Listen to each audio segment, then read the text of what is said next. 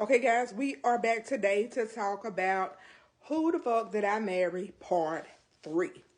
All right, so we're going to start off here is where Legion actually showed Risa the letter from Chase saying that he was approved for the 700K mortgage.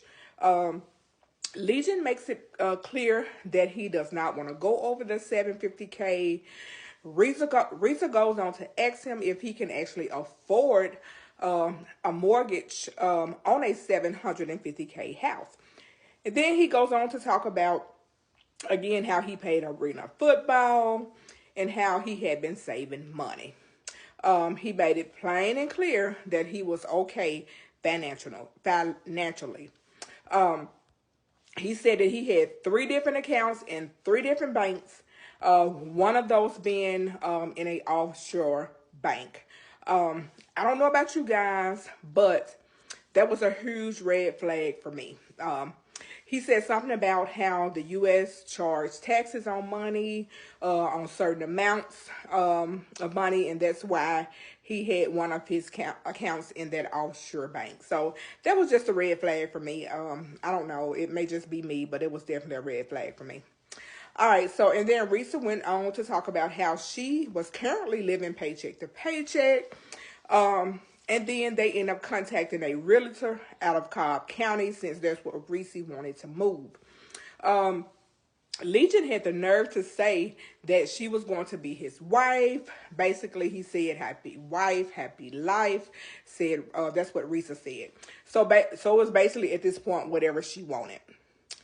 Guys, the more I listen to this story and go back through and break each part down, the more I see that Reese had to take some fault in this because it seems as if she basically felt that this was her way out of living paycheck to paycheck. I mean, it is what it is. That's my opinion.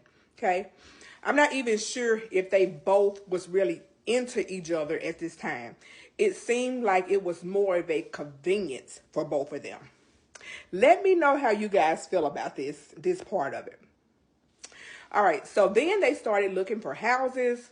And of course, since it was COVID, they had to do virtual tours. The first house was in Douglasville, Georgia. They did a FaceTime tour of the house. The house was listed at 400K, and Reese liked the house. All right, guys, so now we are in April of 2020. They were still just dating at this time. Legion said he wanted to go ahead and put an offer in on the house since they both liked the house, okay? Risa didn't confirm that the offer was actually put in. She just believed what Legion told her. All right. Then the realtor called her and told her that the offer was in and they were asking for proof of funds. Okay. So Reese wasn't comfortable talking to the realtor about that because the house wasn't going to be in her name. It was going to be in Legion's name. So she suggested that he call Legion and talk to him about that. All right. Legion said that he talked to the agent and the offer was approved and that they was going to do they will be able to do a virtual closing in a few months. He also told her that he put down about 5K in earnest money and that they should be able to move around sometime in June. 3 to 4 days later, Risa got a call from the realtor stating that he was trying to see what was going on with the offer, and Risa told him that she was under the impression that Legion had already put the offer in and paid the earnest money. Okay, so guys, you have a realtor calling you saying that this stuff hasn't happened. You have her boyfriend saying that it has happened. So at this point, I feel like she should have been asking a lot of questions, but again, she didn't. All right, so Legion goes off when Risa called him and told him what the realtor said. He said that he put the offer in with a friend of his just to help him out because he was a realtor.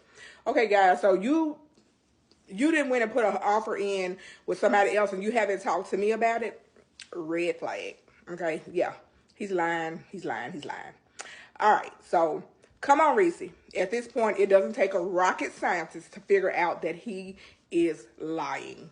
They never heard from that realtor again, says Risa.